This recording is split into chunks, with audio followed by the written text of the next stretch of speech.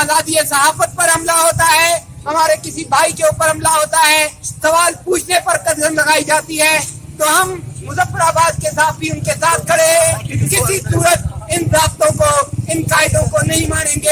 آپ سب کو پتہ ہے معاشی طور پہ اس ملک کی جو حالت ہو چکی ہے, اس پر جو سوالات پوچھے جا رہے ہیں اسحاق ڈار صاحب سے, جنہیں جواب دینے کے بجائے وہ حملہ آور ہوئے ایک صحافی پر, تو ہم مظفر آباد سے یہ پیغام دینا چاہتے ہیں کہ صحافی پر جس طرح سے وہ حملہ آور ہوئے ہیں, سب سے پہلے تو وہ اپنے اس فعل کی معافی مانگی اس نے, اس کے بعد جو ان کا رویہ ہے اس کے اوپر وفاقی حکومت کو بھی معذرت کرنی چاہیے. نہ صحافی کسی سے ڈرنے والے, وہ سوال پوچھتے رہیں گے اور ہمیں جواب لینا بھی آتا ہے, ہم جواب لیں گے. ہم سے رقم نہ ہوں گے قصیدے یزید کے کہ ہم لوگ حسین کے سیرت نگار ہیں. اسحاق ڈار صاحب, سب سے پہلے میں آپ سے مخاطب ہوں.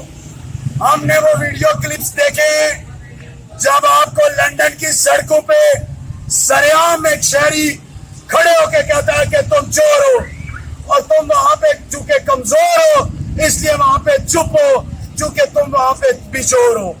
یہاں پہ تمہاری طاقت ہے اور تم اس کا غلط استعمال کر رہے ہو. ایک صحافی عمران ریاض جس کو تم نے پچھلے 1.5 ماہ سے غائب کر کے رکھا ہے, اور یہ جو کل تم نے ABN کے رپورٹر کے ساتھ کیا ہے وہ شاید تاؤبڑ سے لے کے خیبر تک تمام صحافیوں کو ریپرزینٹ کرتا ہے. تم نے ABN کے شاید پہ ہاتھ نہیں ڈالا, تو ہم نے پوری صحافت پہ ہاتھ ڈالا ہے. میں مسلم لیگ نون کی قیادت سے یہ مطالبہ کرتا ہوں کہ وہ فوری طور پر اس ظلم, اس جبر اور اس صحافتی بربریت کا نوٹس لے, اور اس اسحاق ڈار نامی شخص کو فوری طور پر معطل کرے, اور اس پوری کارروائی کا جو جوڈیشل انکوائری کر کے واقعے کے ذمہ داران کو سامنے لایا جائے.